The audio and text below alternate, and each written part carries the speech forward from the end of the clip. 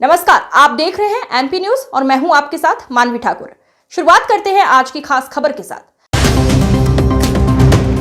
अशोकनगर में नशे के खिलाफ बड़ी कार्रवाई, 400 एविल इंजेक्शन के साथ तस्कर गिरफ्तार। कोतवाली पुलिस ने नशे के खिलाफ बड़ी कार्रवाई करते हुए इंदिरा पार्क निवासी 32 वर्षीय मनोज शर्मा को गिरफ्तार किया है। आरोपी के पास से 400 अवैध एविल इंजेक्शन बरामद किए गए हैं। कोतवाली थाना प्रभारी रवि प्रताप चौहान ने बताया कि मुखबिर की सूचना पर ड्रग इंस्पेक्टर जितेंद्र शर्मा के साथ दबिश दी गई, जहां एक कार्टून में भरे ये इंजेक्शन मिले हैं। पूछताछ में आरोपी ने कबूला है कि वो ललितपुर से 25 रुपए में ये इंजेक्शन लाकर नशेड़ियों को 100 रुपए में बेच दिया करता था। ड्रग इंस्पेक्टर ने बताया कि ये इंजेक्शन डॉक्टर की सलाह के बिना नहीं दिया जा सकता और नशे के लिए इसका दुरुपयोग किया जाता है। ये हमारे श्रीमान पुलिस अधीक्षक महोदय द्वारा सभी थाना प्रभारियों जिले के सभी थाना प्रभारियों को आदेश किया गया है कि नशे के विरुद्ध सभी को कार्रवाई करनी है, क्योंकि बहुत टाइम से संज्ञान में आ रहा था कि यहाँ पे कुछ जो नशा का उपयोग करते हैं वो एविल कोई इंजेक्शन इंसर्ट करके उसमें मतलब नशे की चीज़ पे कोई उपयोग करते हैं। उसमें हमें आज मुखबिर द्वारा सूचना प्राप्त हुई थी कि कोई मनोज शर्मा है जो कहीं ललितपुर से जिसने कुछ एविल के इंजेक्शन बुलाए हैं और ये बिना प्रिस्क्रिप्शन के उसने किसी मेडिकल से साठ काट करके ये इंजेक्शन बुलवाए गए थे। तो उस पर से हमने फिर ये आज अपने ड्रग इंस्पेक्टर साहब के साथ में जाके वहाँ पे मौके पर जाके कार्रवाई की है। तो उसके पास हमें कुल 400 सीसी जो एविल की हैं वो वहाँ पे मिली है और जिनको मौके पर अपने ड्रग इंस्पेक्टर द्वारा जब्त किया गया है और उसके बाद फिर ये इस तरह से कोर्ट में पेश किया जाएगा। उसके आगे जो भी वैधानिक कार्रवाई की जाएगी। इसके पास क्या कोई मेडिकल है या फिर वो वैसे सप्लाई करता है? नहीं, इसके पास कोई मेडिकल नहीं है। वहाँ पे सस्ते दाम में यूपी से सस्ते दाम में खरीद के यहाँ पे महंगे दाम में ये बेचता था। चूँकि जो इस नशे का उपयोग करते हैं वो उनके लिए ये सामान उपलब्ध करवाता था।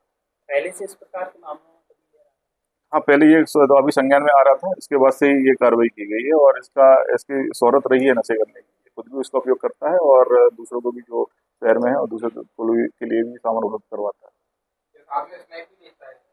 इसकी अभी जानकारी नहीं मिली है, बाकी अगर ऐसे कुछ होगा तो उस पर भी हम कार्रवाई करेंगे। नहीं, मेडिकल पे नहीं बेचता, इसका कोई मेडिकल नहीं है। ये इसका उपयोग खुद के लिए भी करता था और कई सारे जो इसका नशे का जो उपयोग करते हैं उनके लिए भी ये उपलब्ध करवाता था।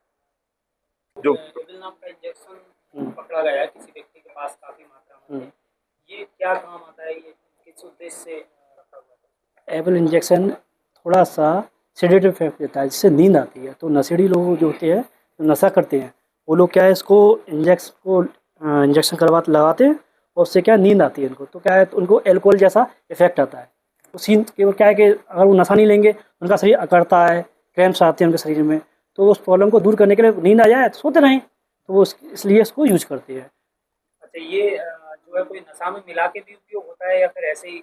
ये इसको डायरेक्ट भी यूज कर सकते हैं, नशे के रूप में भी, आप वो जिस रूप में लेना चाहें। तो ये क्या बिना डॉक्टर के परामर्श से नहीं दिया जा सकता।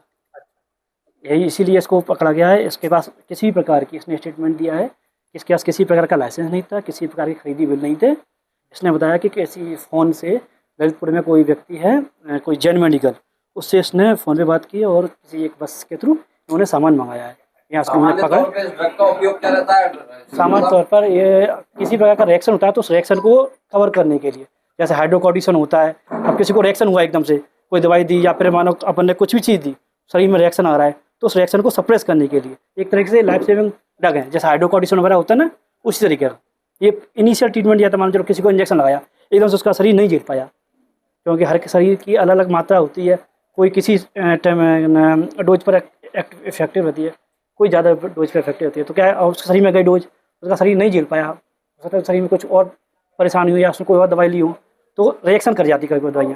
तो उस रिएक्शन को कम करने के लिए ये दी जाती है। नहीं, बिल्कुल नहीं।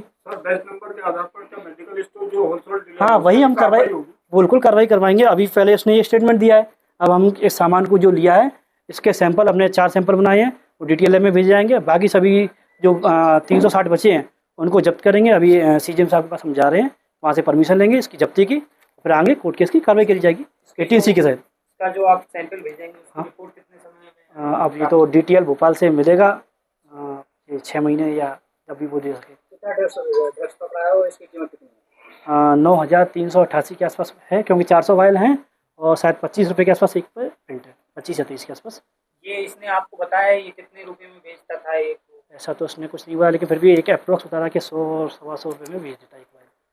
वैसे नॉर्मल एक की कीमत कितनी रहती है? 25 तो प्रिंटेड है, आप सोच लीजिए। और उनको तो आप ब्लैक की चीज़ें हैं तो उनको तो और सस्ते में मिल रही होगी क्या। जी मेरा नाम जितेंद्र शर्मा, ड्रग इंस्पेक्टर।